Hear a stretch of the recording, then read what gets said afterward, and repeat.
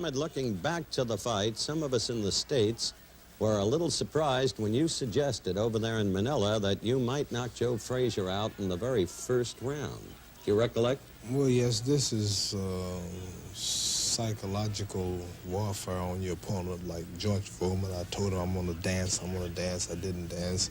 Frazier, I told him I'm going to dance, and I didn't dance, if you noticed. Stayed there, took his shots, used my power. All right, we're going to take a look in slow motion in that first round when you actually staggered him. My intention was to win whenever I could, but I didn't really believe it would end in the first round, but I did tag him in the first round. Now, this is sixth round action when Joe started to come on strongly. Take over, Muhammad. Well, right now I'm getting a little tired. Naturally, he just hit me with a left hook right there. Dazed me a little, so now I'm going into the rope-a-dope style, letting him throw his punches, covering up. As you see, we're both perspiring. I imagine we lost 4 or 5 pounds apiece. It was hot. Here I'm hitting him with a volley of punches. He just caught me with another left hook. Joe's dangerous and close. He's got a hard left hook. He's not a man he don't fight from a range like I'm doing at this moment, but he gets in close and uses his short arms and his muscles, and he's a perfect left hooker. How much did he hurt you in this round? Well, this round, I can't exactly remember what happened each round, but he dazed me a couple of times, but I was in such good shape, Howard.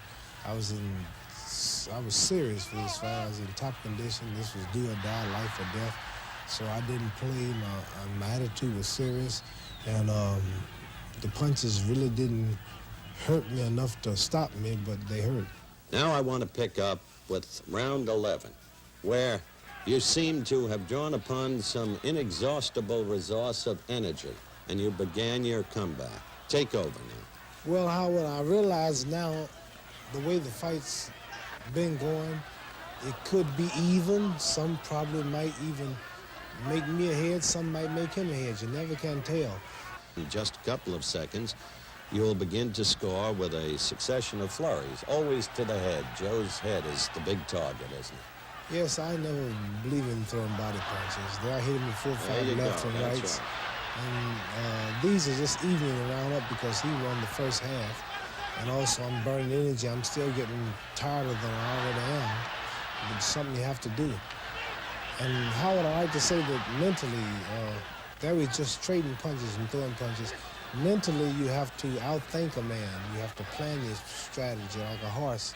Man riding a horse, the one who starts off too fast, he tires. You got to know when to speed and when to slow up and when to coast and when to rest. And the experience is what's got me like this. Mm-hmm. The 12th and 13th rounds were overwhelmingly yours. You had started your comeback in the 11th, as we just displayed, and then came what proved to be the culminating round, the 14th round. I realized that the fight might go either way. So these last 3 rounds here, I'm looking for a knockout if I can really get it. On my toes, taking a lot of energy to do this, is tiring me, but I'm doing it. And mentally wears the man down and say, you mean after all of this, he's still dancing? This is just what you see me doing now. I'm just killing me, but I'm doing it. And Frazier stand on me.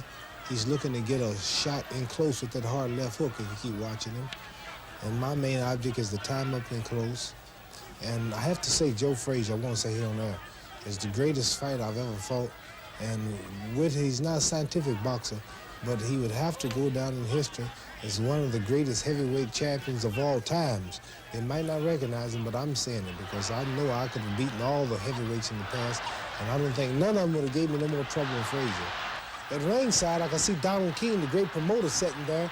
He was looking real worried. I think he had his money on Frazier. How do you rate this fight of all the fights you've fought, and in particular against the first Frazier fight? With the first Frazier fight and the Foreman fight, I rank this as the best. Foreman, I didn't throw too many punches. I just let him do the work. Look, these are left-right combinations that have really done the last-minute damage. That left and the right is the worst punch to get hit with, is what they call the 1-2 punch. And, can you feel the strength ebbing out of him? You can feel it when you land. You can feel the pressure. There's another left-right. Right now I'm feeling real good now. I know there's no doubt now I'm going to win it because of these clear shots. I really believe he's going to go. And this is why I'm pressing him like I am. But I'm just called up promoter Donald King, and we're now working on some more fights, and it might be a fourth Frazier fight. We never can tell. And so it ended, champ. Finally, two quick questions. The right lead, so effective against Frazier. The reason you're able to throw it now effectively is that the old calcium deposits that used to hurt you are gone. I used to have to get Novocaine shots before fights to kill the pain. Now, for some miracle, God's blessed me, my hands don't hurt no more. And this is why I'm punching so hard. Okay, last question. You told me 3.5 weeks ago, one more fight, that you'd had you full of it. One big fight, a lot of money, and that was it. Now there are more fights in the offing. Why? Well, because I've changed my mind. I feel that I can go another few years. The fans want to see it. Things in business I'm trying to do internationally, and being active champion, I can do more business and other things, and I just want to stay active so I can have more power doing things I'm doing on the side. Thank you very much, champ. Thank you for being with us. We enjoyed it as always. And that, in effect, is our show today. Ali, still the heavyweight champion of the world. Knock it off.